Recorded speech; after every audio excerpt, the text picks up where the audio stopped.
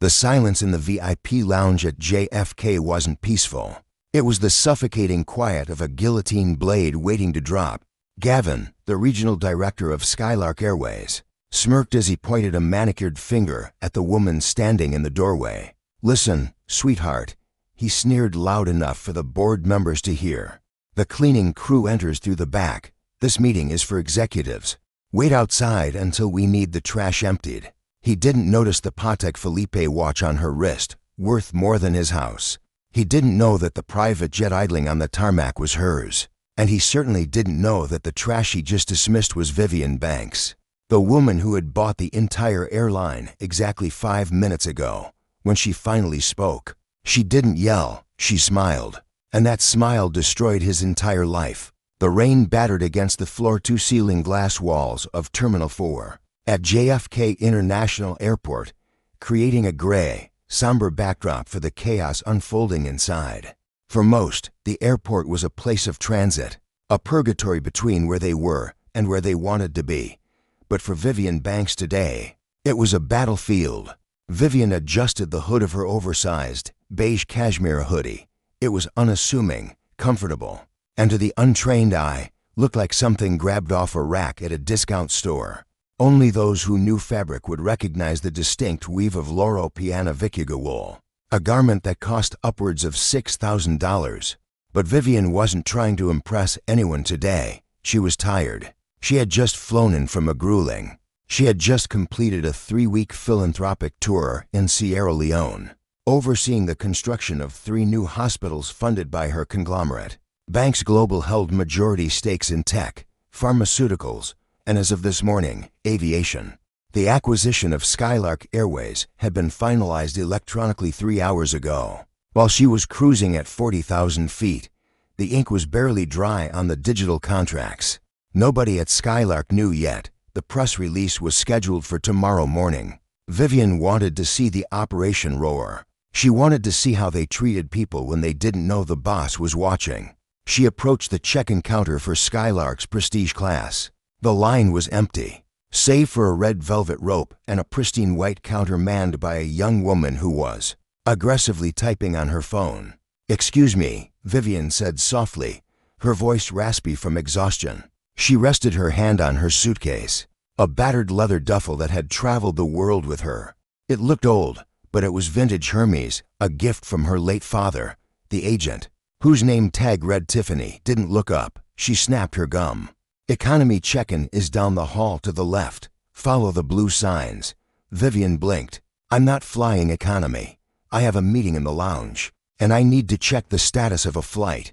Tiffany finally looked up, her eyes scanning Vivian from the hood of her sweatshirt down to her sneakers. Her lip curled in a micro-expression of disdain. It was a look Vivian had seen 1,000 times before, the look that said, "You don't belong here."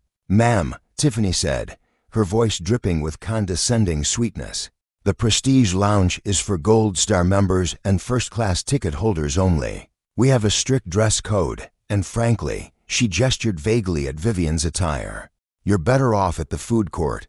Vivian felt the familiar heat rise in her chest, but she tamped it down. "I understand the dress code, Tiffany, but if you could just check my name." "I don't need to check your name to know you're in the wrong line." A booming male voice interrupted from behind the counter. A door marked manager swung open, and out stepped a man who looked like he had been manufactured in a factory for corporate bullies. He was tall, wearing a suit that was too tight in the shoulders, with hair gelled so severely it looked like a helmet. This was Gavin Brock. Vivian recognized him instantly from the personnel files she had studied on the plane. Regional Director, known for cutting costs by slashing employee benefits and notoriously rude to customers. He deemed low value. Gavin walked up to the counter, ignoring Vivian entirely to address Tiffany. "Why is the line stalled?" "We have the board members arriving for the emergency budget meeting in 20 minutes. I don't want any clutter." "She won't leave, Mr. Brock," Tiffany said, playing the victim instantly. "I directed her to economy, but she claims she has a meeting in the lounge." Gavin turned his gaze to Vivian. It wasn't a look of curiosity. It was a look of annoyance. He saw a black woman in a hoodie with messy hair and an old bag. He didn't see the woman who had just negotiated a $4 billion acquisition. Gavin sighed, checking his watch, a gaudy fake Rolex.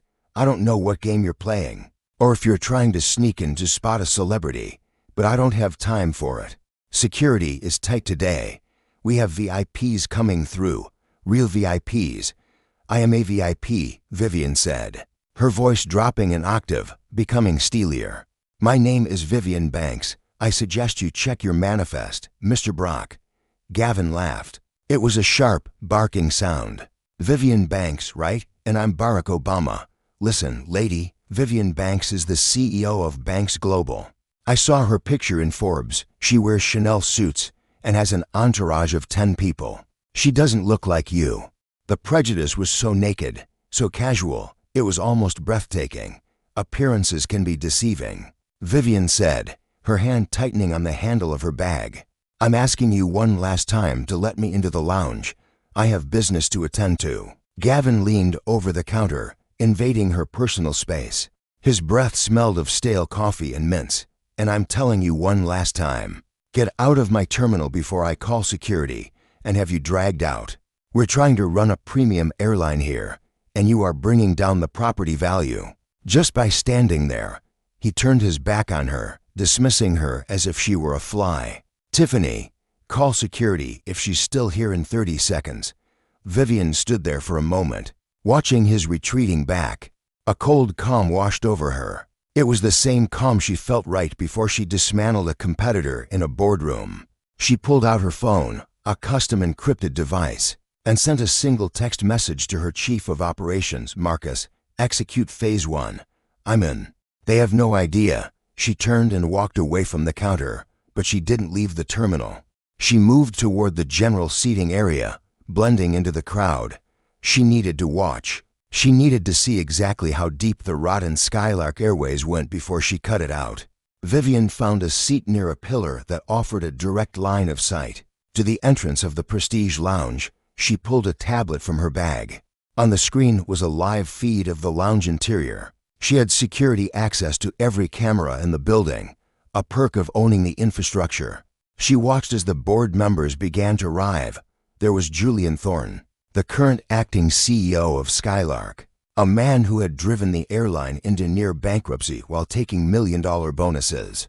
There was Sarah Jenkins, the VP of HR, who had ignored over 300 harassment complaints in the last year alone. And there was Gavin, running around them like an eager puppy, offering drinks, adjusting chairs, laughing too loud at their jokes. They were gathering for what they thought was a strategy meeting to fend off a hostile takeover. They had no idea the takeover had already happened. Vivian waited until all 12 board members were seated in the glass-walled conference room at the back of the lounge. Then she stood up. She took off the hoodie, revealing a simple but impeccably tailored black turtleneck underneath. She smoothed her hair back. She left the duffel bag with her security detail, who had been shadowing her invisibly from a distance of 20 feet. She walked back to the Prestige counter. Tiffany was busy flirting with a baggage handler. She didn't see Vivian walk right past the velvet rope. "Hey, you can't go in there," Tiffany shrieked, jumping up. Vivian ignored her. She pushed open the heavy, frosted glass doors of the lounge. The air inside was cool and smelled of expensive perfume and fresh lilies. A few passengers looked up, startled by her purposeful stride. Tiffany was hot on her heels, radioing for backup, security to the Prestige Lounge. "The intruder is back." Vivian didn't stop. She marched straight toward the conference room where Gavin was currently standing at the head of the table, pointing at a graph on a screen. She reached the door. It was locked. She didn't knock. She swiped her universal pass, a black card with no markings, against the reader. The light turned green. The lock clicked. She threw the door open. The conversation inside died instantly.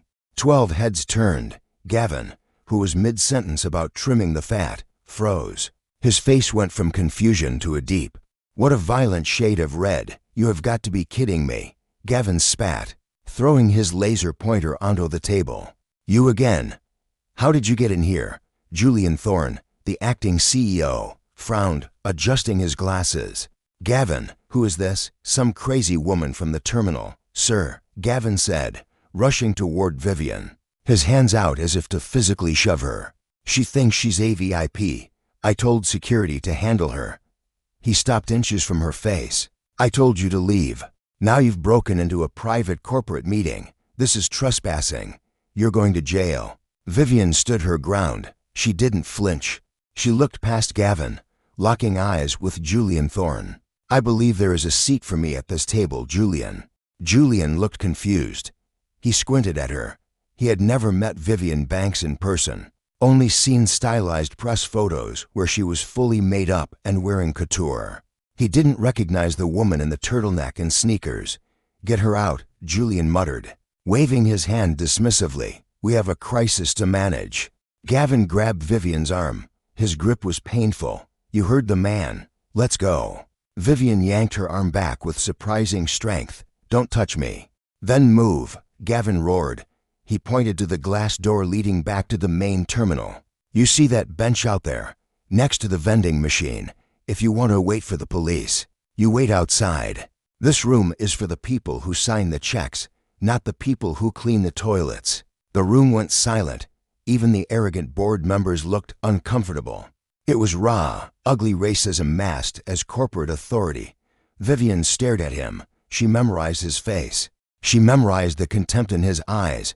Wait outside, she repeated, slowly testing the words. Gavin sneered.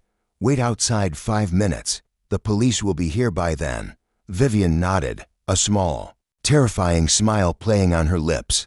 5 minutes, okay? I'll wait outside. She turned and walked out of the conference room. But she didn't leave the lounge. She stood just on the other side of the glass wall, visible to everyone inside. She took out her phone and dialed a number. Marcus, she said, her voice clear and calm. Patch me into the conference room audio. I want them to hear this, inside the room.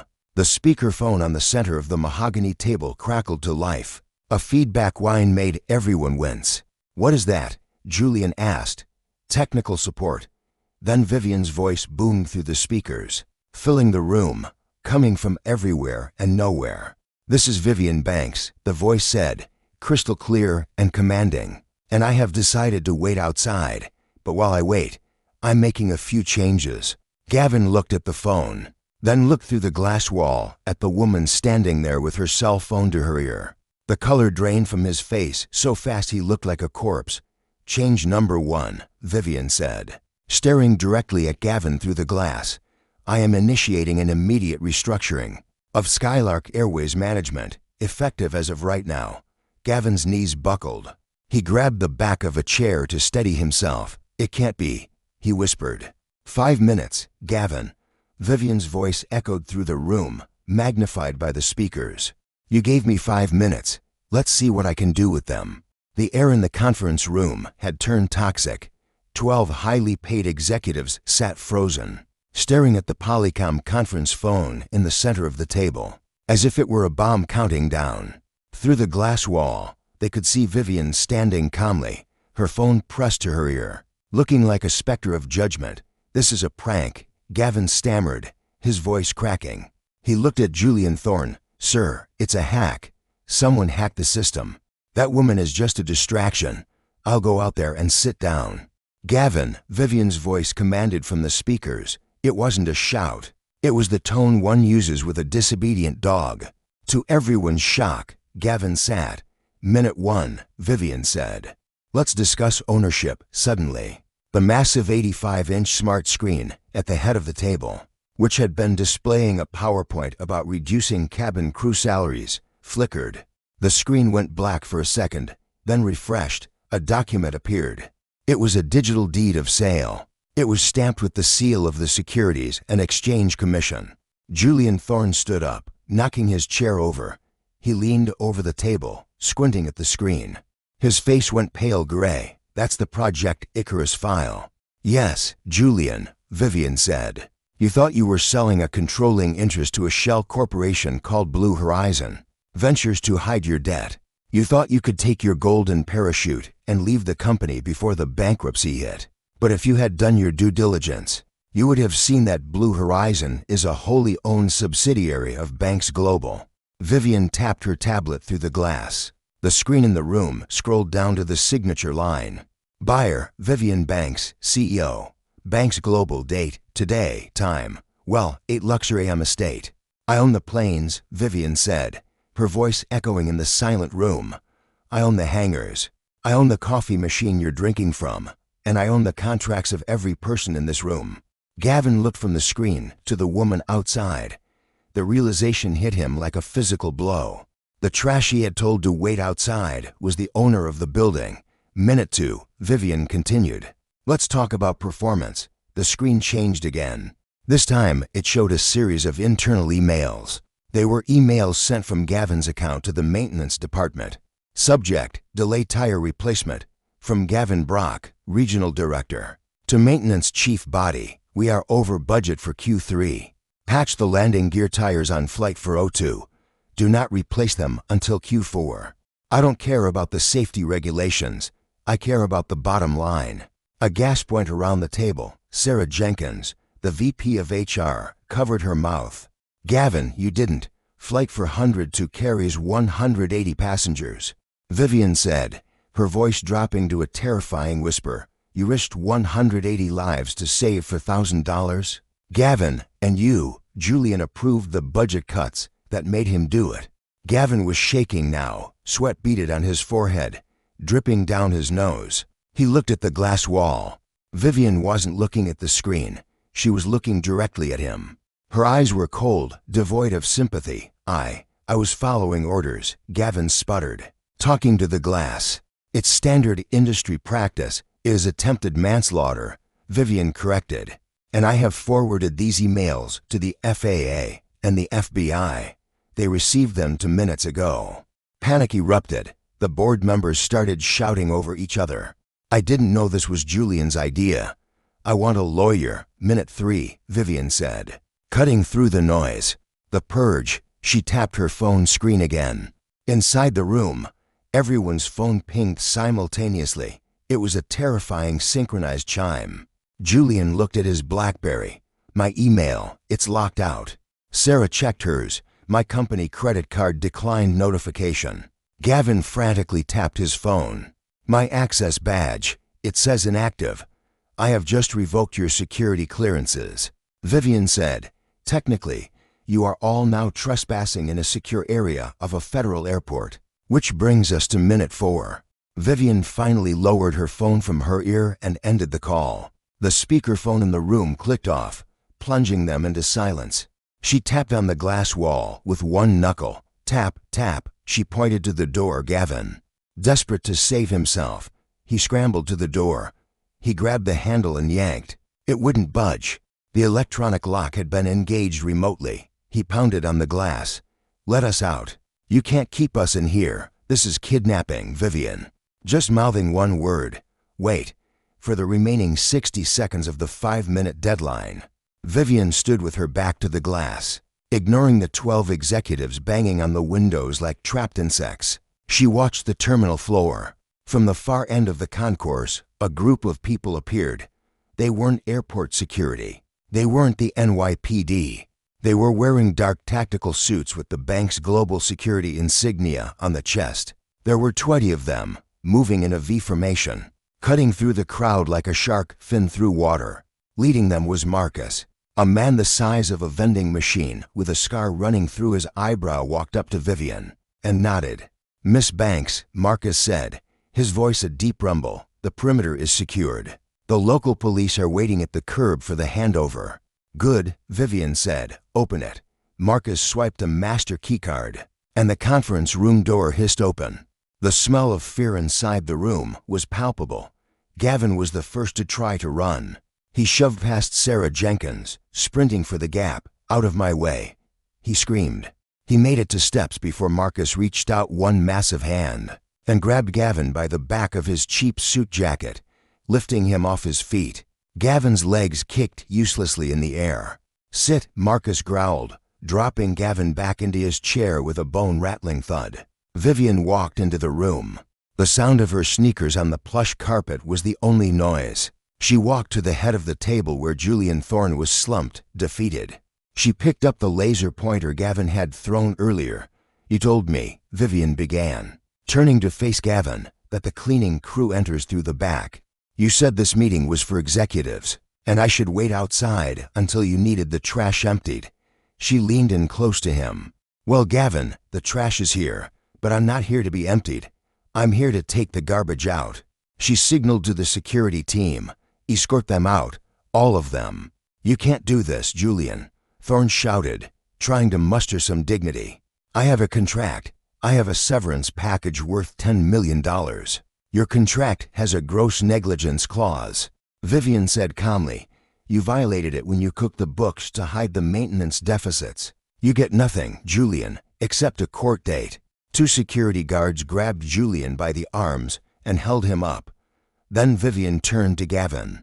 He was weeping now. The arrogant bully who had sneered at her hoodie was gone, replaced by a coward realizing his life was over. Please, Gavin sobbed. I have a mortgage. My wife is pregnant. I was just stressed. I didn't mean what I said at the counter. I'm not a racist, I swear. I just thought you were, poor. Vivian finished for him. You thought I was poor, so you thought I didn't matter. You thought you could humiliate me because I didn't have a shiny watch or a suit. She stood up straight, towering over him. My employees. Gavin are the lifeblood of this company. The mechanics, the bag handlers, the gate agents. People like you treat them like dirt because you think power is about stepping on people. I'm firing you not just because you're incompetent. I'm firing you because you have a rot in your soul that I won't allow in my company. She gestured to Marcus. Get him out of my sight. And Marcus, do it through the main terminal. I want everyone to see no please. The back exit, Gavin begged, as Marcus clamped handcuffs onto his wrists. Please, not the main terminal. Marcus ignored him, dragging him toward the door. Vivian followed them out. The procession of disgraced executives was marched out of the Prestige Lounge and into the main concourse of Terminal 4. The scene caused a stoppage. Hundreds of travelers paused to watch Tiffany, the gate agent who had sneered at Vivian earlier. She was standing at the counter applying fresh lipstick. She froze the lipstick, hovering midair as she saw her boss, Gavin, being led away in handcuffs. Gavin looked up and locked eyes with Tiffany. He looked at her with a pleading desperation, hoping for an ally. Tiffany blinked. She looked at Gavin, then she looked at Vivian, who was walking behind the security team with the air of a queen. Tiffany, realizing the power shift instantly, quickly put her lipstick down and started typing furiously on her computer, pretending she had never met Gavin in her life. Vivian stopped at the counter. She rested her hand on the white laminate, right where Gavin had leaned to intimidate her earlier. Tiffany, Vivian said. Tiffany jumped. Yes, Mum. How can I help you, Miss Banks? Her voice was trembling. You're not fired, Vivian said.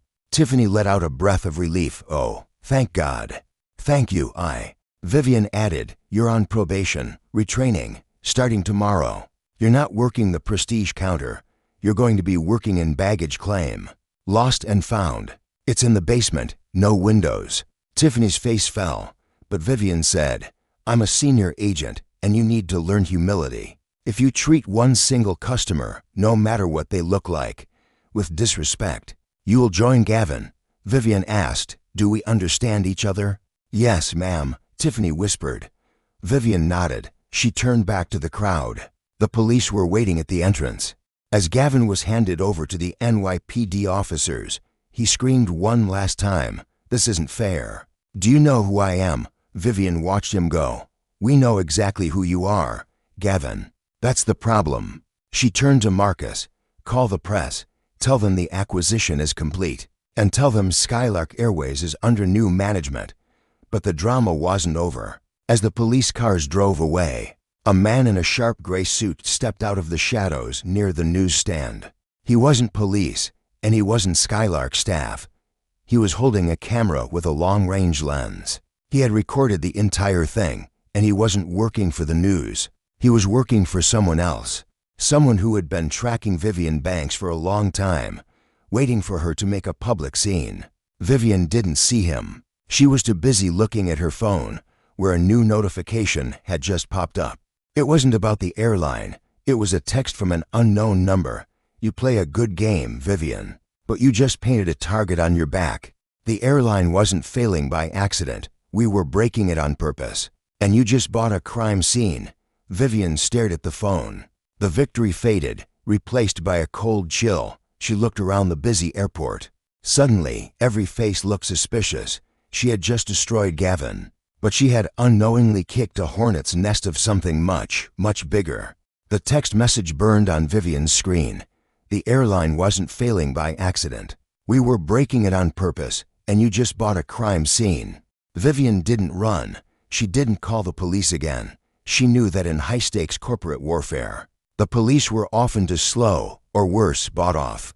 She looked at Marcus. "Change of plans," she said. Her voice tight. "We aren't going to the hotel. Take me to Hangar 4. Mum," Marcus protested, scanning the terminal perimeter. "That text is a direct threat. We need to get you to a secure location. The hangar is isolated. It's a tactical nightmare. Skylark Airways has lost 3 planes in the last 5 years to mechanical failure," Vivian said, walking briskly toward the exit. The rain outside now coming down in sheets. The report said it was faulty wiring, but Gavin's emails mentioned Project Icarus. "That's not a maintenance schedule, Marcus. That's a code." 10 minutes later, a convoy of 3 black armored SUVs tore across the wet tarmac of JFK. Dodging luggage carts and refueling trucks, they stopped in front of Hangar 4. It was a massive, cavernous structure at the far edge of the airfield. Inside, a single Boeing 777 sat dismantled. It was a skeleton of a plane, panels stripped away, engines resting on massive stands. Vivian stepped out of the car. The smell of jet fuel and hydraulic fluid was overpowering. The hangar was dimly lit, shadows stretching long and distorted against the aluminum skin of the aircraft. "Who's the lead mechanic?" Vivian called out. A man emerged from the wheel well of the 777. He was older, maybe 60, with grease stained into the lines of his face. His name tag read Miller. He held a wrench like a weapon. "Who's asking?" Miller grunted. "Gavin sent you. Tell him I ain't signing off on the fuel pumps. They're trash." "Gavin is in handcuffs," Vivian said, stepping into the light. "I'm Vivian Banks. I own this plane now, and I want to know what Project Icarus is." Miller dropped the wrench. It clattered loudly on the concrete. He looked at Marcus's security team, then at Vivian. "You bought this mess. Lady, you must have a death wish. Show me," Vivian commanded. Miller hesitated, then wiped his hands on a rag. "Come up here. You ain't gonna believe it." Vivian climbed the metal scaffolding up to the wing. Miller pointed to an open panel near the fuselage. "Gavin told us to ignore the weight discrepancies. He said it was sensor error, but look at the fuel lines." Vivian peered inside with a flashlight. The fuel lines had been diverted. They weren't just feeding the engine, they were running into a secondary, hidden tank welded into the frame of the wing, a tank that wasn't on the blueprints. "It's a smuggler's trap," Miller whispered. "They aren't just flying passengers. They're flying something else. Something heavy. That's why the planes are failing. The stress on the airframe is too high." Vivian reached in. She felt the cold metal of the false tank. "Drugs, too much heat," Miller said. "My guess, gold or high-grade weapon components. They modify the planes here. Fly them to non-extradition countries, empty the tanks, and fly back. Gavin was just the bully. They used to keep the mechanics quiet. If we asked questions, we got fired or had accidents." Suddenly, the massive arc lights in the ceiling slammed off. The hangar plunged into total darkness. "Secure the target," Marcus roared. Flashlights beamed on, cutting through the blackness. The heavy metal doors of the hangar began to groan. They were closing. Someone was locking them in. "We're trapped," Miller shouted. They cut the power. Vivian grabbed Marcus's arm. "They knew I was coming." From the shadows of the far corner, a slow clap echoed. "Clap, clap, very smart, Miss Banks." A smooth, cultured voice called out from the darkness. "You figured it out in under an hour. It took the FAA 10 years, and they still don't know." A spotlight from the upper catwalk clicked on.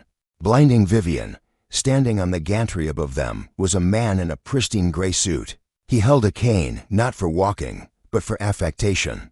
Vivian squinted against the glare. She recognized him instantly from her dossier research, Ethan Vance. He wasn't a Skylark employee. He was the CEO of Vance Logistics, the third-party contractor that handled all of Skylark's catering and cargo loading. "Ethan," Vivian said, her voice projecting clearly despite the echo. "So you're the puppet master?"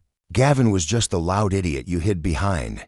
"Gavin was useful," Ethan said, descending the metal stairs flanked by 4 men carrying submachine guns. He created chaos while everyone was looking at the racist manager shouting at customers. Nobody looked at the cargo hold. Nobody looked at the extra 3 tons of gold bullion we moved every month. Ethan stopped 10 feet away. His men leveled their weapons at Marcus and his team. It was a standoff. "You have a choice, Vivian," Ethan said, smiling pleasantly. "You can walk away. Sign the airline over to my holding company for $1. We'll call it a bad investment. You go back to your philanthropy and you live. And if I don't," Vivian asked, "then you have a tragic accident." Ethan shrugged. "An industrial accident. New CEO crushed by falling engine part while inspecting hangar. It writes itself." Vivian didn't flinch. She looked at the guns pointed at her. She looked at Ethan's smug face. And then she started to laugh. It was a low, genuine laugh that confused everyone in the room. "Why are you laughing?" Ethan snapped, his composure cracking. "I have men with guns." "I'm laughing because you think you're the one in control," Vivian said, checking her watch. "You think I came to this hangar just to look at a fuel tank. I came here to bait the trap, Ethan, and you walked right into it." Ethan frowned. "What are you talking about?" Vivian reached into her pocket. Ethan's guards flinched, fingers tightening on triggers, but she didn't pull out a weapon. She pulled out a small circular device. "A drone controller. Look up," Vivian said, high in the rafters.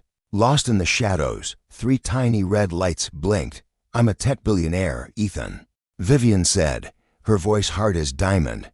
"Do you really think I go anywhere without surveillance?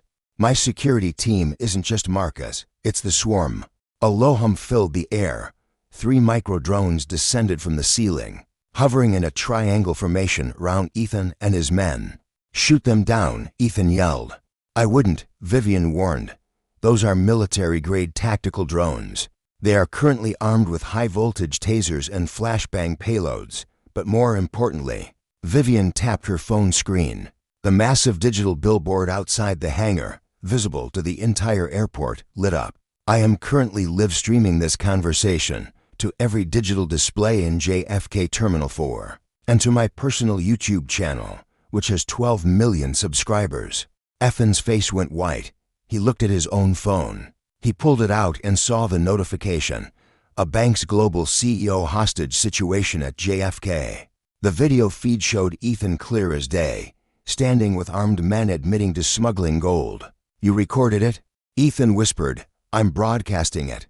Vivian corrected. "Right now. Thousands of passengers in the terminal are watching." "You threatened to kill me." "The FBI isn't on their way, Ethan. They are already breaching the perimeter." As if on cue, the sound of sirens wailed outside, piercing through the noise of the rain. Blue and red lights flashed through the gaps in the hangar doors. "Kill her," Ethan screamed, panic taking over. "Kill her now." One of the gunmen raised his rifle. Zap. One of the drones fired a taser prong with pinpoint accuracy. The gunman convulsed and dropped to the floor. "Drop your weapons," Marcus shouted, drawing his own sidearm.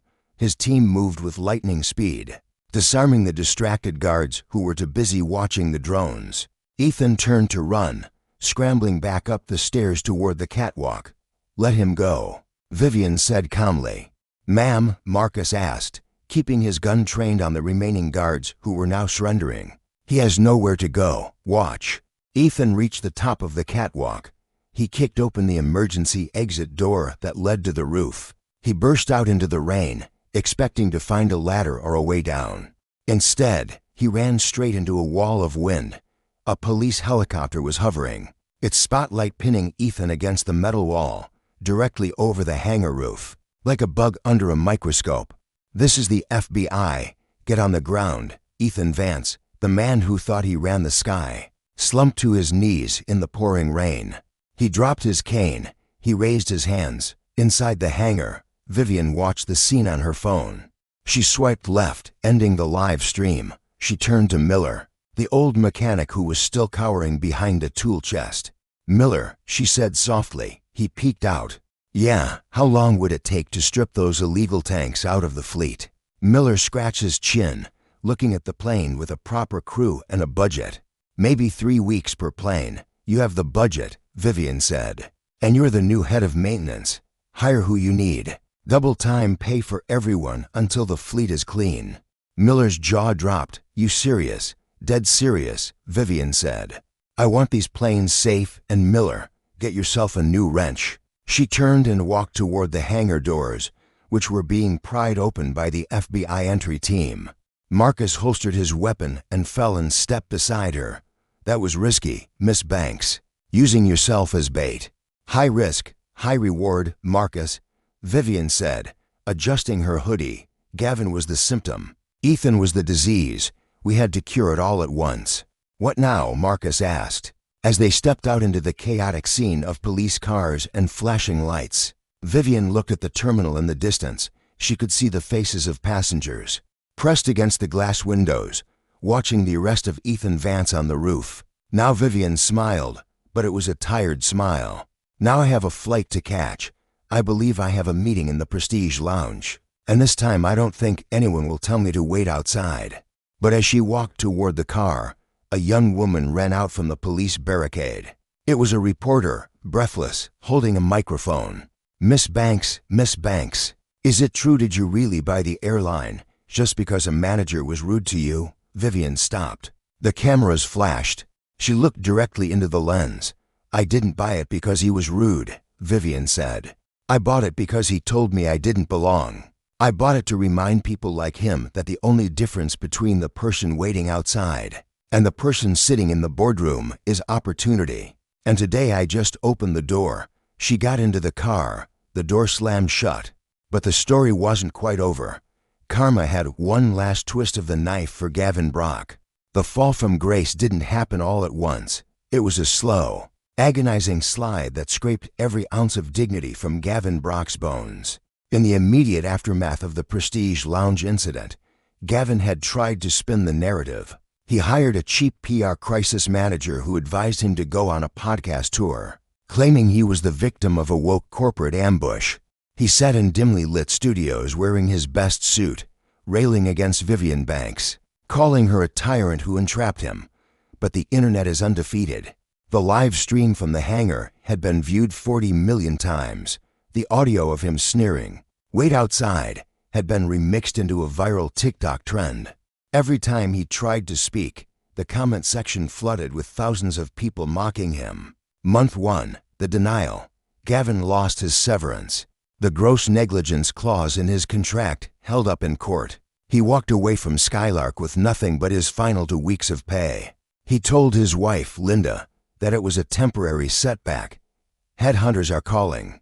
I'm fielding offers from Emirates, maybe Qatar."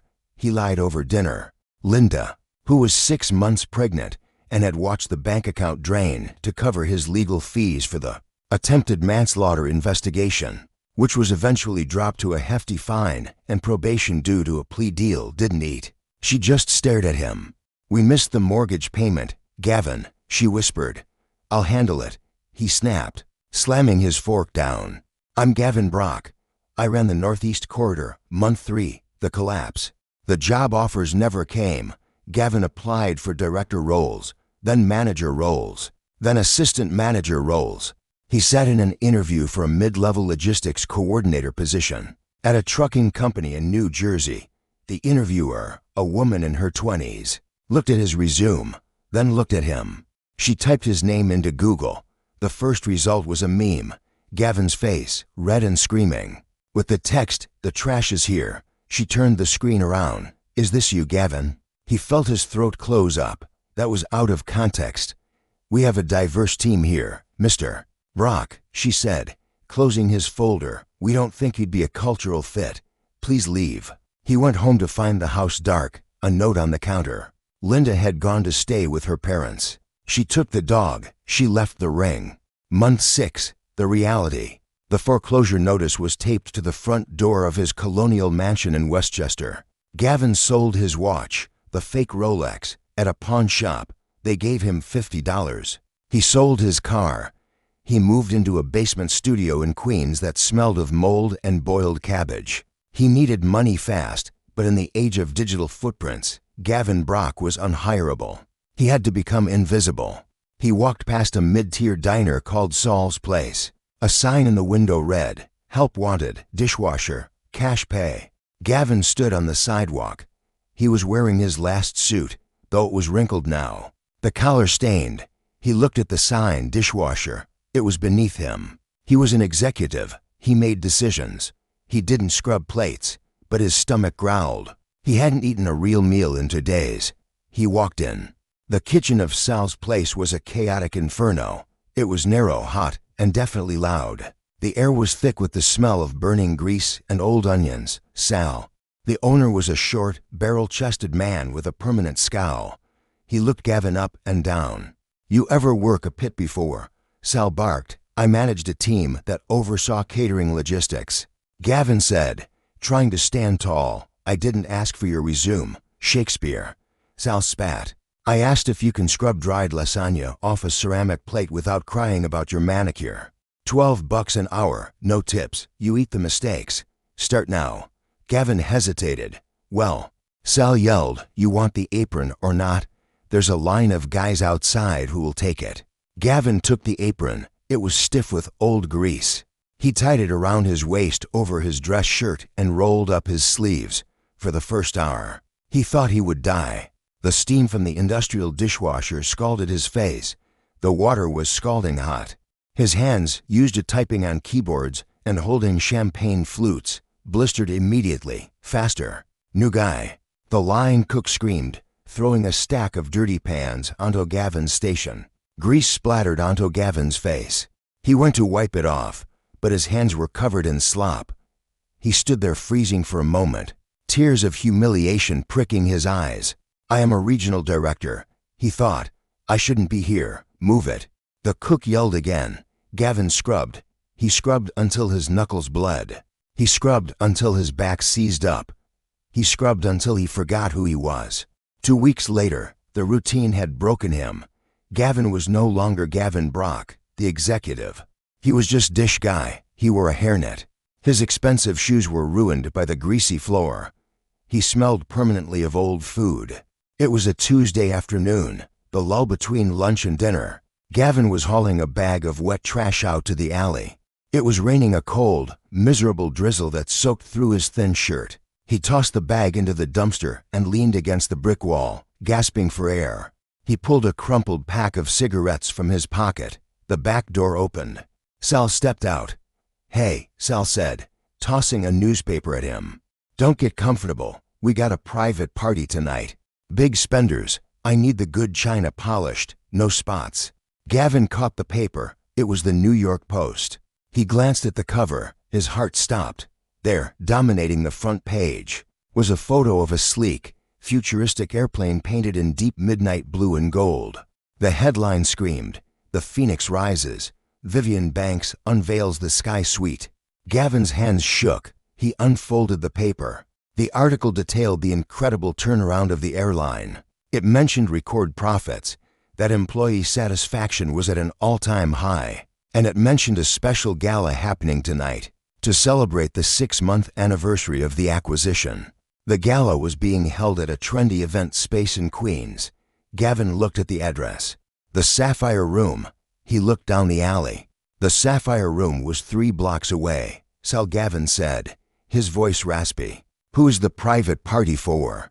Sal shrugged, lighting a cigar. "Some corporate thing, airline people.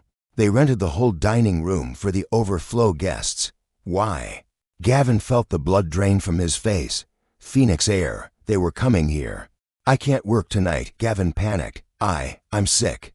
"You leave, you don't come back," Sal said coldly. "I need bodies. You walk out on a shift, you're done." Gavin looked at the dumpster. He looked at the rain. He looked at his blistered hands. If he lost this job, he was on the street. He had rent due tomorrow. "I'll stay," Gavin whispered. "But can I stay in the back, please? I don't want to be on the floor." "Fine," Sal grunted. "Just keep the dishes moving. I don't care where you hide." The night was a blur of terror from his station in the back corner of the kitchen. Gavin could hear the laughter from the dining room.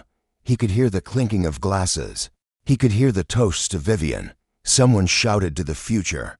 Gavin kept his head down, scrubbing furiously. He prayed nobody would come into the kitchen. He prayed he was invisible, but karma wasn't done with him yet. Around 9 p.m., the swinging doors to the kitchen flew open. A woman walked in. She was dressed in an elegant navy pantsuit, looking sharp and commanding. She was holding a glass of water. "Excuse me," she said to the line cook. "Could I get some ice? The bar is swamped." The voice. Gavin froze. He knew that voice. It was the voice that used to whine about her schedule, the voice he used to silence with a glare. He slowly turned his head. It was Tiffany. But it wasn't the Tiffany who snapped gum and played on her phone. This woman stood straight. Her hair was styled. She wore a pin on her lapel. Director of Customer Experience. She was talking to the chef, laughing politely. Then her eyes scanned the room. They swept over the prep station, over the grill, and landed on the dishwasher pit. She stopped. Gavin tried to turn away, to hide his face in his shoulder, but it was too late. Tiffany's eyes widened. She took a step forward. She squinted as if she couldn't believe what her brain was telling her. "Gavin," she whispered. The kitchen went silent. The line cook looked at Gavin. "You know this lady, dish boy?" Gavin slowly turned around. He held a dirty rag in his hands. Grease smeared his cheek. His apron was soaked in gray water. "Hello, Tiffany," he croaked. Tiffany didn't mock him. She didn't laugh. She just stared at him with a look of profound pity. And that was worse. Hate he could handle. Pity destroyed him. "I heard you were having a hard time," Tiffany said softly, "but I didn't know." "I'm fine," Gavin said, his voice trembling with a mixture of shame and rage. "I'm just between opportunities, helping a friend out, Gavin." "You're washing dishes," Tiffany said. "It's honest work," Gavin snapped, the old anger flaring up for a second before dying instantly. "Look, just don't tell anyone. Please, if Vivian knows I'm here." The kitchen door swung open again. "Tiffany, everything okay?" Vivian Banks walked in. She looked radiant. She wasn't wearing a hoodie today. She was wearing a stunning gold gown that shimmered like liquid metal. She looked like a queen. Vivian stopped next to Tiffany. She looked at the line cook. She looked at Sal. And then she looked at the man cowering by the sink. For a long, agonizing minute, nobody spoke. The only sound was the hiss of the dishwasher steam. Vivian didn't look surprised. She didn't look angry. She looked at Gavin with the same clinical detachment she would use to inspect a faulty engine part. "Gavin," Vivian said. "Vivian," Gavin whispered, looking at the floor. "Miss Banks," Sal interrupted, wiping his hands on his apron and rushing over. "Is this man bothering you? I can throw him out. He's just the temp." Vivian held up a hand. "It's fine. We're old acquaintances." She walked closer to Gavin. The smell of her expensive perfume mixed with the stench of the garbage, creating a dizzying contrast. "You look tired, Gavin," she said. "I'm working," he muttered. "I see that," she said. "You know we have a position open at Phoenix Air." Gavin's head snapped up. Hope, wild and desperate, flared in his chest. Was this it? Was she going to offer him a way back? Was she going to be the bigger person? "You do," he stammered. I have a lot of experience. Vivian, I know the routes better than anyone. I could. We need someone in the janitorial department," Vivian said, her voice completely flat. "Third shift cleaning the terminal floors. It pays $15 an hour, plus benefits." The hope died in Gavin's chest, replaced by a cold, crushing weight. "You want me to be a janitor?" "It's a step up from this," Vivian said, gesturing to the dirty kitchen and Gavin. "The cleaning crew enters through the back, but at Phoenix Air, we treat them with respect. You might learn something." Gavin stared at her. He wanted to scream. He wanted to throw the dirty plate at her, but he looked at his blistered hands. He looked at Sal, who was ready to fire him. He looked at Tiffany, who was looking at Vivian with admiration. He had no power. He had no voice. He was exactly where he had put himself. I can't," Gavin whispered. "I can't work for you." Vivian nodded slowly. "Pride is a heavy bag to carry, Gavin, especially when it's empty." She turned to Sal. The food was excellent. Thank you. She turned to leave. At the door, she paused and looked back at Tiffany. Ready, Tiffany?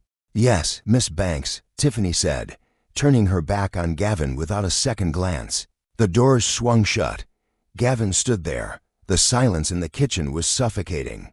All right, show's over, Sal yelled. Back to work. Those pots aren't gonna scrub themselves. Gavin turned back to the sink. He plunged his hands into the scalding water, grabbed a piece of steel wool, and began to scrub a burnt pan. Scrub, scrub, scrub. Outside, he heard the roar of a jet engine passing overhead. It was a Phoenix Air flight climbing into the night sky, carrying hundreds of people to destinations he would never see again. He looked out the small, grimy window above the sink. He saw the red blinking light of the plane disappearing into the clouds. Tears finally spilled over, mixing with the sweat and grease on his face. He remembered the moment in the lounge. He remembered telling Vivian to wait outside. Now, as the laughter from the dining room swelled again, Gavin realized the truth. Vivian hadn't punished him. The universe hadn't punished him. He had punished himself. He had built a wall of arrogance so high that when he finally fell off it, there was no way to climb back up. He was the trash, and nobody was coming to empty him. He scrubbed harder, trying to wash away the feeling of his own life, but some stains never come out.